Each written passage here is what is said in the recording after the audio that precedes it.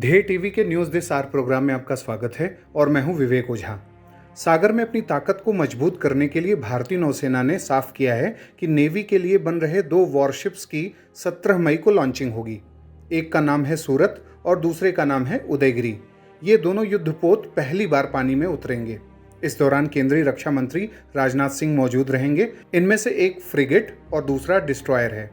सूरत 15B destroyer project का और Udayagiri 17A frigate project का युद्धपोत है। 17 मई को मुंबई में मझगांव डॉक्स लिमिटेड में भारतीय नौसेना ने 2 फ्रंट लाइन युद्धपोतों को एक साथ लॉन्च करने का निर्णय किया है। प्रोजेक्ट 15B डिस्ट्रॉयर श्रेणी का जहाज भारतीय नौसेना की अगली पीढ़ी के स्टील्थ गाइडेड मिसाइल विध्वंसक हैं, जिन्हें मुंबई में मझगांव डॉक्स लिमिटेड में बनाया जा रहा है। युद्धपोत सूरत को ब्लॉक निर्माण पद्धति का उपयोग करके बनाया जा रहा है, जिसमें 2 अलग अलग भौगोलिक स्थानों पर पतवार निर्माण शामिल हैं।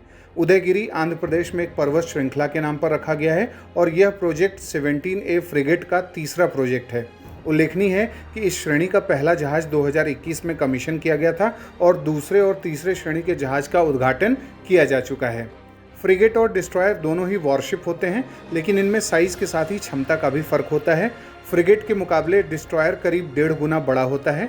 फ्रिगेट किसी एक तरह के रोल के लिए ज़्यादा उपयुक्त होता है और बाकी जगह इसका इस्तेमाल रक्षात्मक भूमिका के लिए ही किया जाता है, जबकि डिस्ट्रॉयर में कई रोल निभाने की क्षमता है। इसे एंटी सबमरीन, एंटी शिप या फिर एंटी एयरक्राफ्ट के तौर पर भी इस्तेमाल कर सकते हैं और यह सभी में उतनी ही सटीकता यानी प्रिसीजन से अपना रोल निभाता है।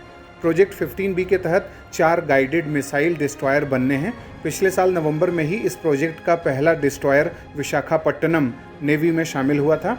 दूसरे डिस्ट्रॉयर मर्मुगांव का सी ट्रायल चल रहा है और तीसरा डिस्ट्रॉयर इम्फाल समंदर में लॉन्च हो चुका है। अब 17 मई को इस प्रोजेक्ट का चौथा और आखिरी डिस्ट्रॉयर सूरत समंदर में लॉन्च होगा और यह गुजरात की कमर्शियल कैपिटल सूरत के नाम पर है। अब बारी है आज के सवाल की। आपको बताना है कि स्टील गाइडेड मिसाइल की विशेषताएं क्या होती हैं और कुछ भारत के स्टील्थ गाइडेड मिसाइल का नाम आप हमें कमेंट बॉक्स में बताएं। अगले कार्यक्रम के साथ जल्दी हाजिर होंगे। इजाज़त दीजिए। नमस्कार।